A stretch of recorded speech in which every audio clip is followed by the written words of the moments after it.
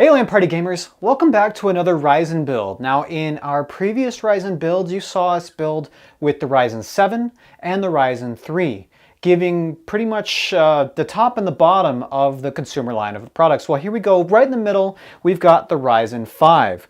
This is going to be the 1600X. This is obviously overclockable because it's a Ryzen chipset, and they all are. This is going to give us 6 computing cores with 12 threads, making this a pretty beefy computer for the price. Now this was all inspired. This is my roommate's computer that he's been just sort of keeping up. And what we're going to be doing today is there was a deal on Newegg for upgrade your computer with Ryzen. And we purchased that deal. It came with the processor, the RAM, and the motherboard. Accompanying that, we're going to be using this in-win case with a 1200 watt power supply and 2 AMD high-powered graphics cards in Crossfire. These are actually R9 280X overclocked edition cards. We're going to be running these in Crossfire and seeing just how well they perform.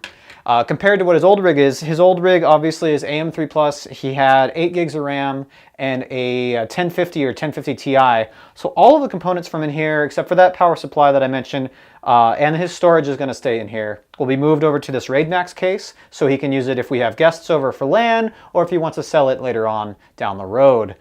In that rig, we're going to be taking his old AM3 hardware, as well as his old DDR3.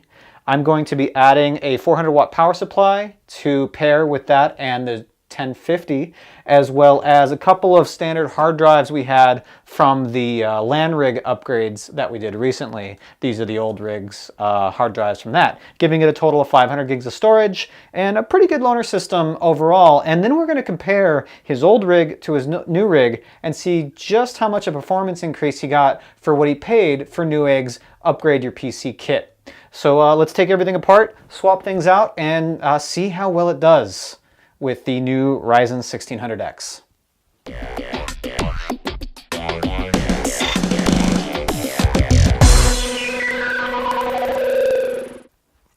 Okay, so that was pretty painless. I got the motherboard and the old video card out of the in-win chassis here, and I noticed that the power supply is actually 1000 watt. Not going to make much of a difference, 200 watts. Since we're just running 2 cards, and should be plenty of power here for what we're running. I wanted to take a quick look at this Asus Prime X370A motherboard. Then just see what it has. Obviously, it's got multiple PCIe slots, so we can do the Crossfire that we're looking to do today on this build. But let's just take a look at some of the I/O and just how the board looks. Asus, obviously known for high-end computer parts. Shouldn't be too big of a stretch to see that this thing is also pretty high-end itself. On the backside I/O, we've got a couple of standard USB 2 ports for your mouse and keyboard, as well as a combo PS2 jack, DVI, and surprisingly a VGA port. I would not have expected that. HDMI, USB-Cs, USB 3, gigabit LAN, and 3 ports for headphone, line in, and microphone in. On the board, we've got, it looks like 6 SATA ports, several USB 2.0 headers, 1 USB 3.0 header, as well as 4 slots for your RAM. Now, as far as RAM goes, we're going with what the kit provided, which was 2 8 gig sticks of Vengeance LPX. This is 3000 megahertz RAM, so we will have to set up the megahertz rating in the BIOS to get this to run at its assigned megahertz there, but that will be plenty of RAM considering he only had 8 gigs prior, so it's a pretty good size upgrade. For additional storage, he only had a 256 gig SSD in here. We went ahead and upgrading to a 2 terabyte storage drive, and if you saw our SSD upgrade video here, you'll see exactly how we will be taking his libraries and linking them to this drive so he doesn't have to do any manual storage moving if he wants things stored in specific areas. Windows will do it automatically for us once we set that up. And now let's go ahead and unbox the actual processor here. This is the Ryzen 5 1600X, as I mentioned, and it should be more or less the same. The only thing I'm wondering is, with the X, is it going to come with a cooler? And if not, I'm going to have to put some brakes on this because Yeah, it doesn't look like this comes with a cooler, so I might have to go get the one out of my 1200 video that we shot earlier, where I had to use a Silverstone cooler that that we had earlier. But here it is, the Ryzen 5, just like in all the other videos we shot. Comes with a sticker. We'll be putting that right on the case. As usual, you got to show off that 6-core, 12-thread that you got rocking in this rig here. So we've got the board installed, and now we just need to do the cable management. I pulled all the cables through to the back side underneath, and just basically pushing them back through where they belong on the motherboard. It's about as simple. I explained it once to somebody that you find the hole nearest to where it's coming from, and then you push it through the hole closest to where it's going to.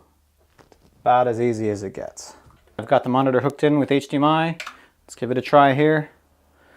Well, fans are spinning on the video card.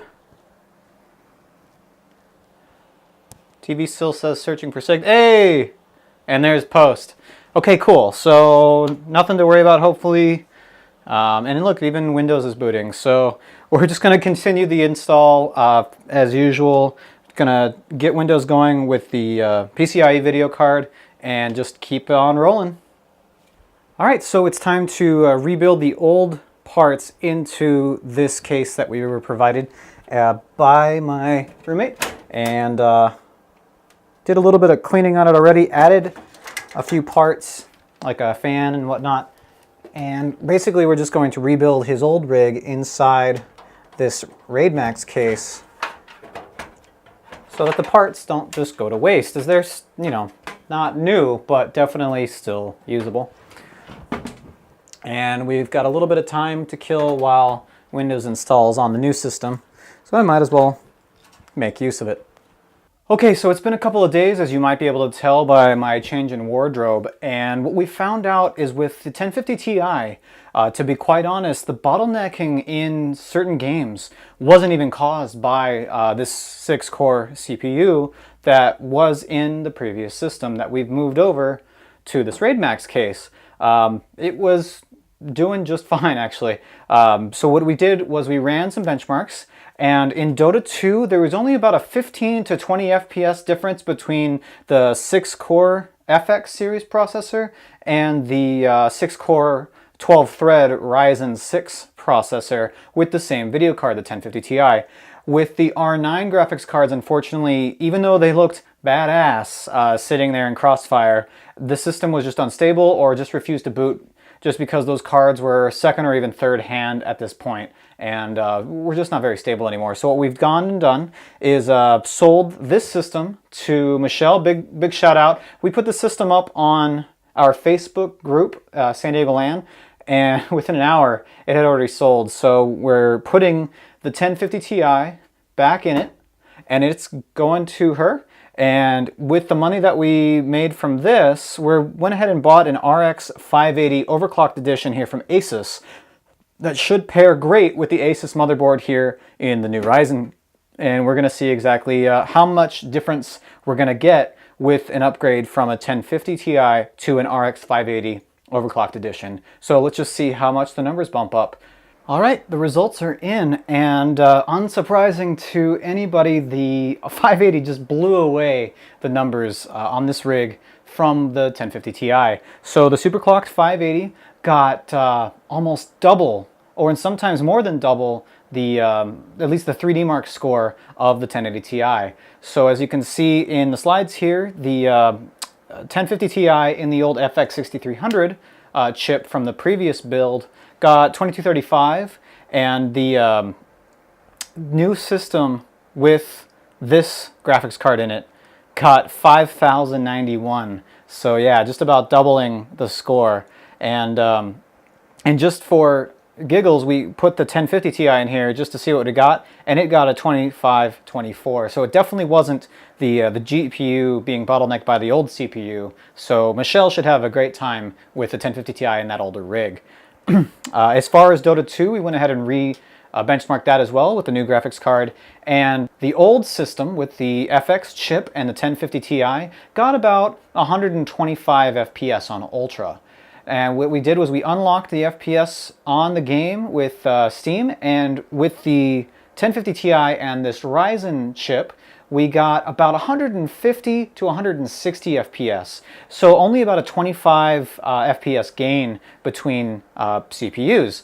But when we put in the RX 580, we got all the way up to 180 plus FPS in the same scenario. So definitely making a lot more use of this CPU with the better graphics card.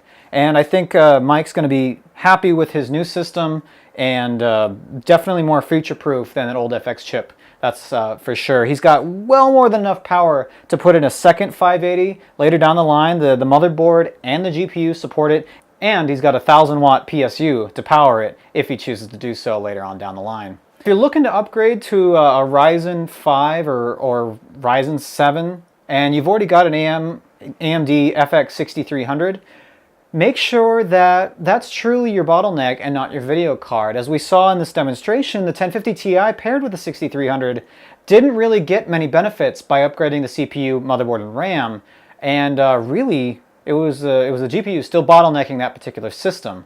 Now, if there are certain things that you need to do, like streaming, the old AMD chips didn't have a really good time streaming, and the Ryzen chipsets eat up just fine. They just go straight through OBS and have no issues with streaming. So if that's something you're looking to upgrade for, definitely I could see that being the case. But all in all, I think the combination of upgrading not only the CPU on his case, but also the graphics card is going to get him through far into the future. So hopefully that was interesting, and if there's any projects that you'd like to have answers to, or if you're in the area and you'd like us to build you a system and replace something of your old parts, let us know. We'll try to help you out. We'll even shoot a little video about what we found the results to be. Anyway, thanks for watching, and make sure you hit the subscribe button if you're interested in more builds like this. Thank you. Bye-bye.